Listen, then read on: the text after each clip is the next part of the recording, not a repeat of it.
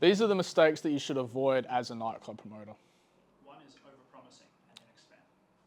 Cool. One is over-promising. You can probably recall a festival that had popped up. Well, the first one that comes to mind is Five Festival, but I know there's plenty more, even in just my city alone.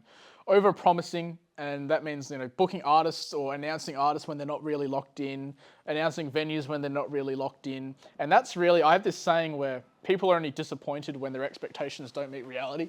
And so as long as you can manage expectations accordingly, no one will ever be disappointed. The only time people are disappointed, usually, is when an artist pulls out or the venue gets changed or the entire thing gets cancelled.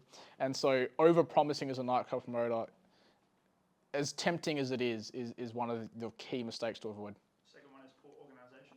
Second one is poor organization. I actually have never worked with a nightclub promoter that has been organized, ever. I've worked with so many, either personally or through my agency.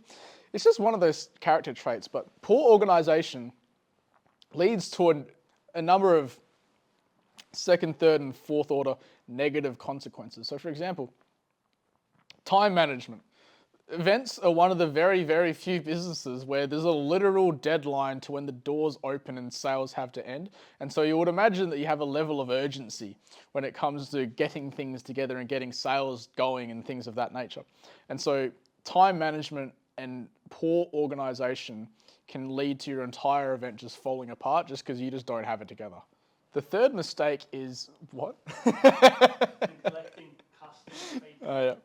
The third mistake is neglecting customer feedback.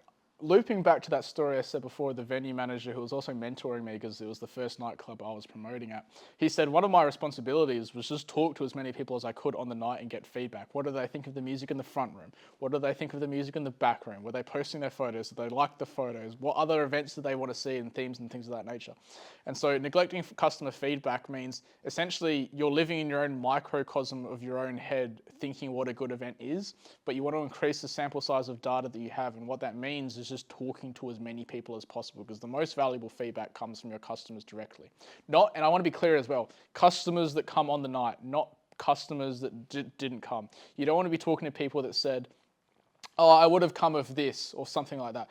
What do the people that already came want so that it's better and that they keep coming back? And the final big mistake is failing to budget properly. I have a whole video on how to advertise for your ad spend and things of that nature, but the margins in events, generally speaking, are relatively thin, right? And so you want to be able to map out your expenses in a Google Sheet. Luckily, I have weaponized autism, so I love Google Sheets.